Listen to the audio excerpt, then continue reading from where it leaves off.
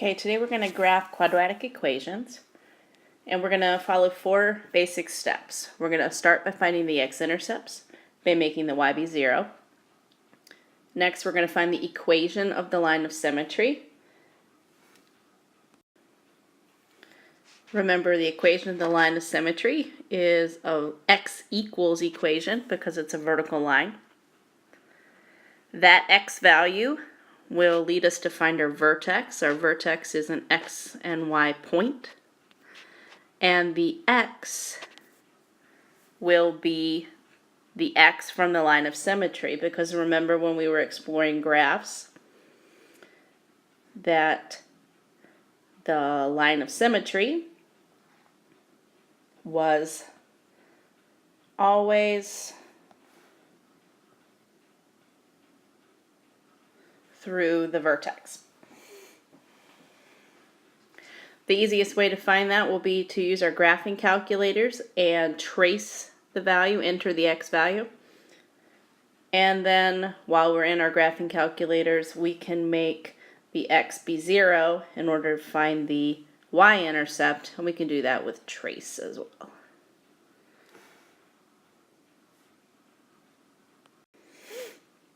Okay, so here's our first example. To find the x-intercepts, we will make the y be 0. Now this equation has 2 x's in it, and when we have 2 x's in it, remember we make our equation equal to 0. And then we'll either factor it or use the quadratic formula.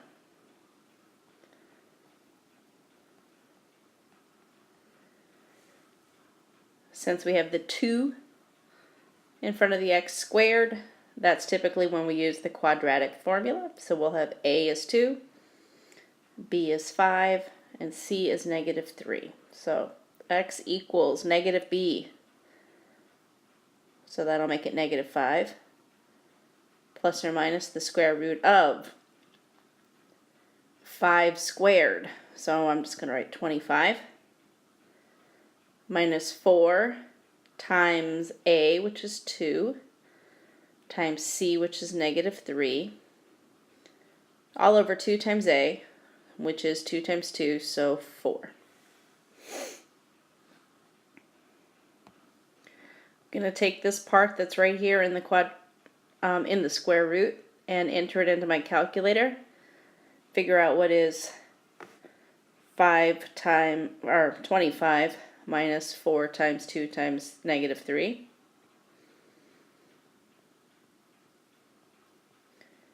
And turns out it's 49. So I'll be able to get 2 answers to this problem because that's a positive square root.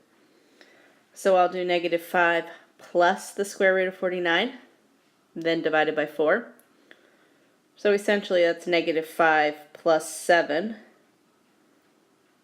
since the square root of 49 is 7. And then divide that by 4, so that's going to be 0.5 or 1/2. And then that'll be negative 5 subtract 7 divided by 4. So negative 12 divided by 4, which is negative 3. Remember, if you're using your calculator, press enter or equals before you divide by 4. Okay, so these were points. These were our x-intercepts when y was 0 up here. Y was, yikes, y was 0. So we're going to make points out of these by making them comma 0. That should hopefully help us get them on the graph properly. Let's see, 0.50 and negative 30. Alrighty, so then moving on to the line of symmetry. We get the line of symmetry in the middle of the x-intercepts, so we are going to average them together.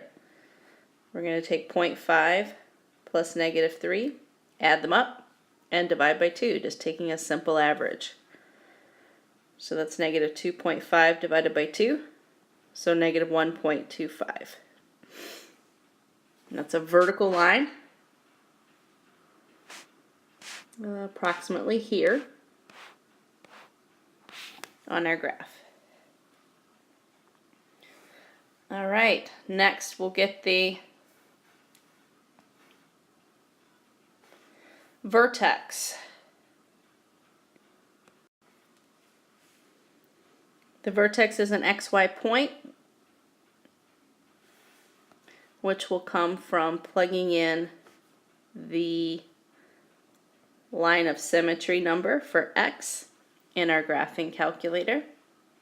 And so then we'll do trace negative 1.25, and we'll get negative 6.125. And so we'll have a point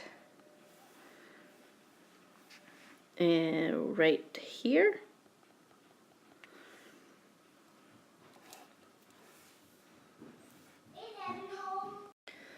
Okay, lastly we'll find the y-intercept by making the x be 0. And again, we can do that in trace in the calculator by doing trace, and we will get negative 3. Trace 0 will give us negative 3. So if I put that on the graph as well, and then connect the dots, we'll have an equation.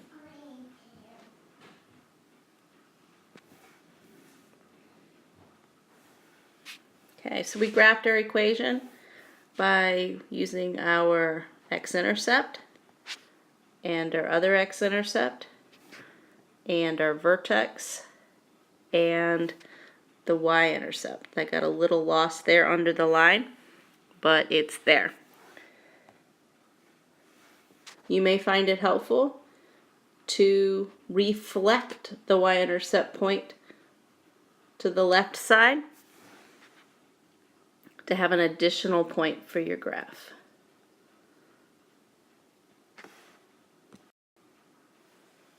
Okay, and one more graphing example.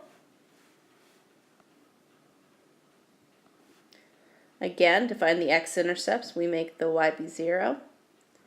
So that'll be 0 equals negative 3 times x plus 4 squared plus 4. This time we have 1x, so our solving method is undoing.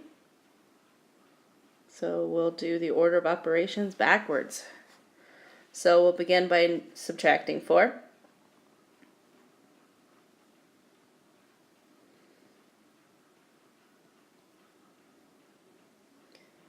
Then we'll divide by negative 3.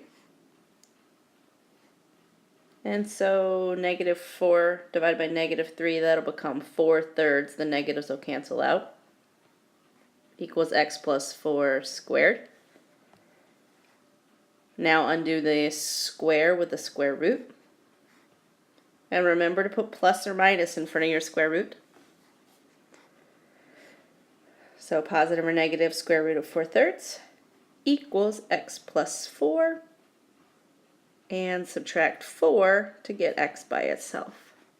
So we'll have x equals negative 4 plus or minus the square root of 4/3. And we'll grab a calculator and get our answers.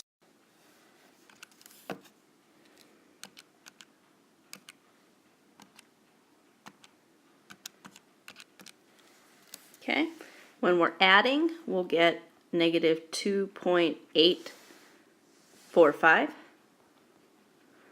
And when we're subtracting, we'll get negative 5.155.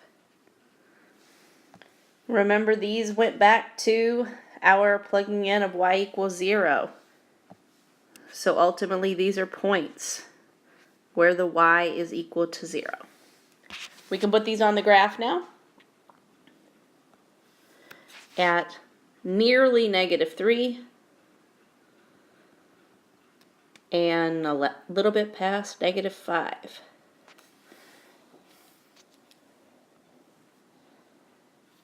Okay. Up next, the line of symmetry. We'll find the line of symmetry. It's the x value you get when you, I should make that narrower.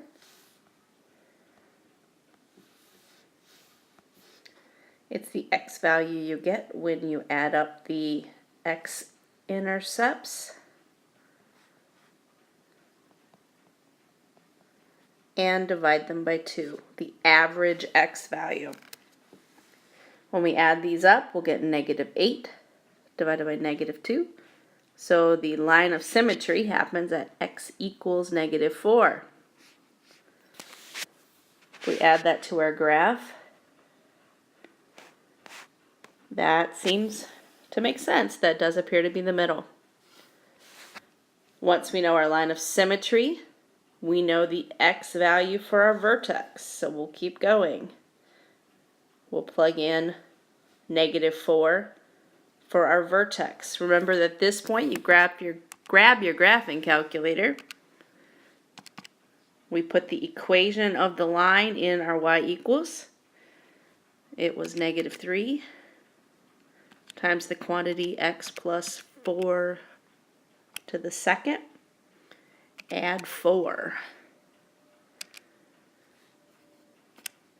We draw the graph and then we do trace -4 to enter that x value and we get 4.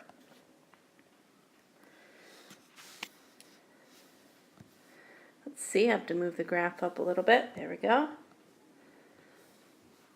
So right here.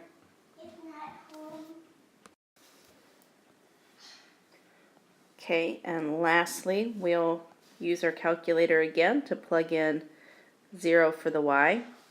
When I do trace 0, I get -44, which is really too big to graph.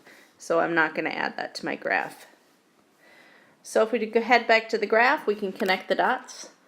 We have our Okay, so to complete the graph, we just connect our vertex to our two x-intercepts. Ooh, that was really messy. Let's try that again. There we go. That's a little better. Okay.